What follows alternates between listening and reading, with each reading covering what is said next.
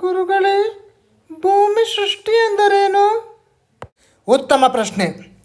ಪ್ರತಿಯೊಂದು ಜೀವಿಯು ತನ್ನದೇ ಆದ ಪ್ರತ್ಯೇಕತೆಯನ್ನು ಹೊಂದಿದೆ. ಒಂದರಿಂದ ಮತ್ತೊಂದು ಸೃಷ್ಟಿಯಾಗಿಲ್ಲ. ಹಾಗಾದರೆ ಮೊದಲು ಒಂದಾದರೂ ಸೃಷ್ಟಿಯ ಆದರೆ ಅದಕ್ಕೆ ರೂಪ ಹೇಗೆ ಬಂತು?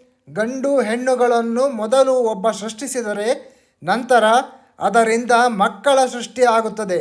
ಮೊದಲು ಅವರನ್ನು ಸೃಷ್ಟಿ ಮಾಡಿದ್ದು ಯಾರು? ಹಾಗಾದರೆ ಮೊದಲು ಸೃಷ್ಟಿಸಿದವನು ಭಗವಂತನೇ ಅಲ್ಲವೇ?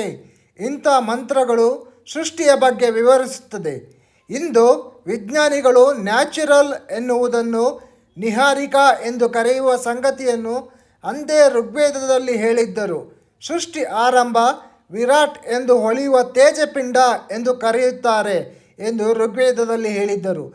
ಈ ಬ್ರಹ್ಮಾಂಡದಲ್ಲಿ ಭೂಗೋಳದಂತಿರುವ ಅನೇಕ ಪದಾರ್ಥಗಳು ಗಮನಿಸುತ್ತವೆ, ಪ್ರತ್ಯೇಕ ಅನಿಸುತ್ತವೆ, ಕಂಪಿಸುತ್ತವೆ. ಆಕಾಶದಲ್ಲಿ ಇಂಥ ಗೋಳಗಳು ಚಲಿಸುತ್ತವೆ. ಆ ಗೋಳದಲ್ಲಿ ಸಂಚರಿಸಿ ಆಕಾಶದಲ್ಲಿ ಏನಾಗುತ್ತದೆ? ಆ ಚಲಿಸುವ ವಸ್ತುಗಳು ಕಾರ್ಯವಾಗಿದ್ದರೆ ಆಕಾಶ ರೂಪಿ ಸರ್ವತ್ರ ವ್ಯಾಕರಣದ ಬ್ರಹ್ಮನು ಕಾರಣನಾಗಿದ್ದಾನೆ.